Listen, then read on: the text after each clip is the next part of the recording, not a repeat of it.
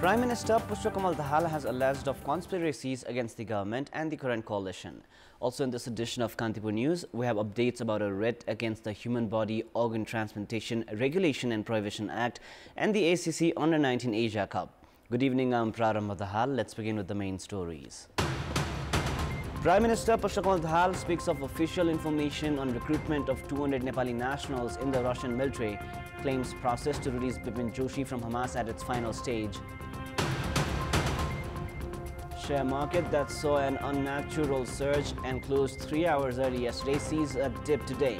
NIFTY index falls by 15 points, transaction amounts up. India's Supreme Court upholds the 2019 verdict by the government of Prime Minister Narendra Modi to revoke special status for the state of Jammu and Kashmir. And Bangladesh thumped Japan by 9 wickets in the ACC Under-19 Asia Cup. UAE chasing a victory target of 221 runs given by Sri Lanka in another match. Prime Minister Dahal has said that 200 Nepali nationals were recruited at the Russian military. Addressing a program held at the party office in Paris-Tata today, Prime Minister Dahal said that 200 Nepali nationals who had reached Russia in visit and student visas had been recruited in the Russian military. Premier Dahal added that they are being searched for.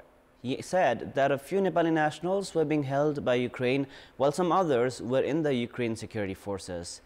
Prime Minister Dahal also said that final procedures were underway for the safe return of Bipin Joshi, who had gone missing after the attack of Hamas on Israel.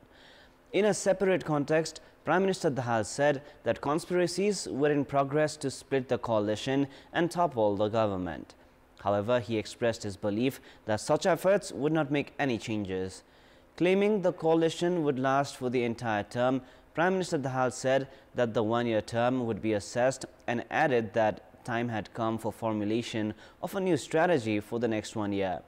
He also said that at a time when works related to peace process were in the conclusion phase, the government was being attacked from different angles. He also expressed concern regarding the allegations and rumors related to corruption in the case of transactions of shares of NCL. CPN-UML chairperson KP Sharma Oli has said that his party had split because of conspiracies of internal and external forces and sent it out of the government. He also claimed that the ploy of weakening CPN-UML has not been successful.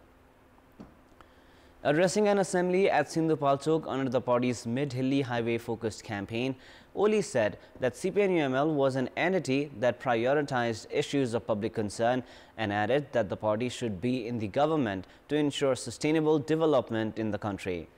Oli also alleged the government of failing to ensure good governance, creating jobs and weakening the economy. Federal Parliament Secretariat's Secretary General Varatraj Gautam has resigned from his position. He had furnished his resignation to President Ramchandra Paudel yesterday. Following Gautam's resignation, officiating Secretary Padam Prasad Pandey has been recommended as the new Secretary General of the Federal Parliament Secretariat. Speaker Devraj Khimire and National Assembly Chairperson Ganesh Prasad Timalsina recommended Pandey for the position. Secretary General Gautam had furnished his resignation yesterday because of family reasons. He was serving as the Secretary General of the Federal Parliament Secretariat since 4th of May 2020. A total of 861 complaints have been registered at the Department of Foreign Employment in the past 7 months. According to the department, 269 complaints against organizations and 592 against individuals have been registered at the department. Based on the grievances filed at the department, middlemen have charged 232,700,000 rupees from youths, promising them of taking them to foreign nations for employment. Transactions of 32 manpower companies found involved in such cases have been put on hold.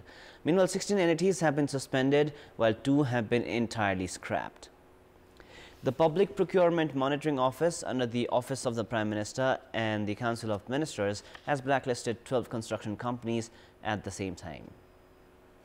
Issuing a notice today, the Public Procurement Monitoring Office blacklisted Sirahaz Adarsha Construction, Kaski's Trimedi Construction Service, Ilam's Babari Construction, Bake's Gangotri Construction Service. Likewise, the office informed that Pastor's Kamal Construction, Bake's Anamika Construction, Kathmandu's Urza Krishav, Jumla's Pranjal Construction Service, Parsa's Rohit Construction, Bazang's Paras Construction and Surkhet's Rumani Construction Service were also blacklisted.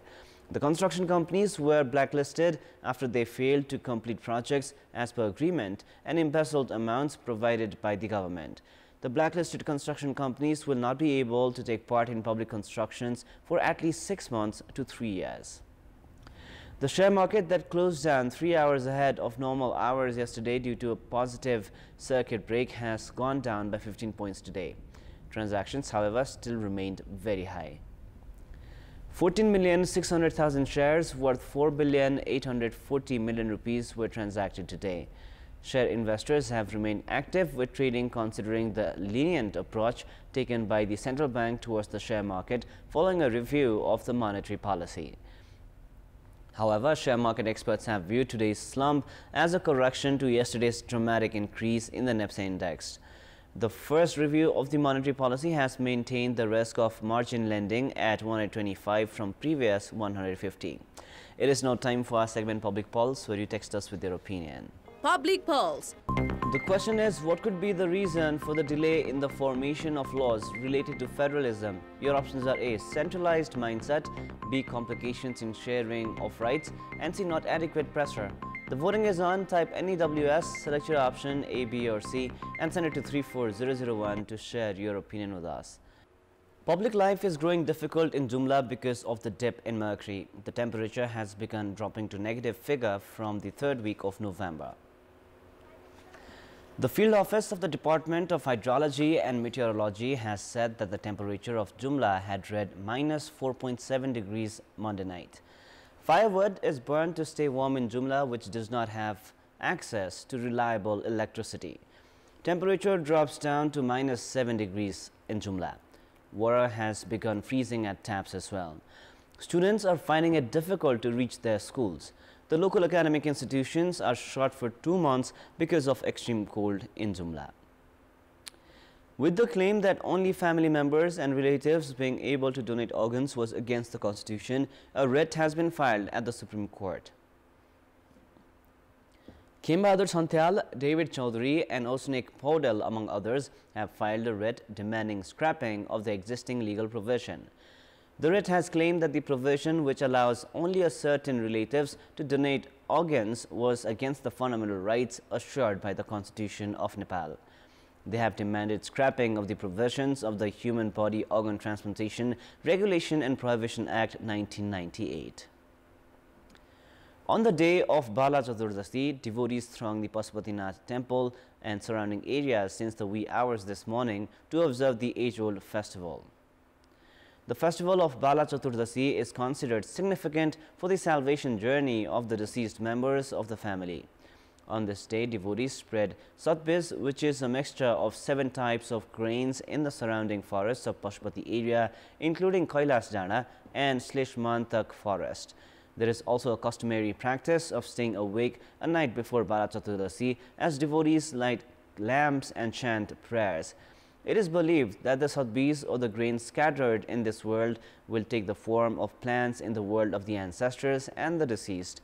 There is also an interesting legend involving the idol of Ganesh located next to the Pashupati Vishwarupa temple. The Ganesh here is considered deaf as devotees try to make the idol hear by shouting and screaming. The Srinagar Cultural Amphitheatre, built at Kailasnagar of Palpa with the support of Lumini province government, has been handed over to Tansen municipality. Lumini province Chief Minister Dilli Bahadur Chaudhary handed over the key of the amphitheatre to Tansen municipality mayor Santosh Lal Shrestha. The 500 spectator capacity amphitheatre was built at an investment of 68.2 million rupees. Chief Minister Chaudhary has said that the amphitheatre will contribute in promoting Palpa's culture, art, history and tourism. Before we wrap up, here's a look into the top stories one more time. Prime Minister Dahal informs of official notice on recruitment of 200 Nepali nationals in the Russian military, claims process to release Bipin Joshi from Hamas at its final stage. Share market that saw an unnatural surge and closed 3 hours early yesterday sees a dip today. NEPSE index falls by 15 points, transaction amounts up. India's Supreme Court upholds a 2019 decision by the government of Prime Minister Narendra Modi to revoke special status for the state of Jammu and Kashmir. And Bangladesh thumped Japan by 9 wickets in the ACC Under-19 Asia Cup. UAE inching towards victory, chasing a target of 221 runs posted by Sri Lanka in another match. That is all for the moment. Our next English bulletin airs at 10:30 p.m. Thank you for staying with us. Goodbye for now.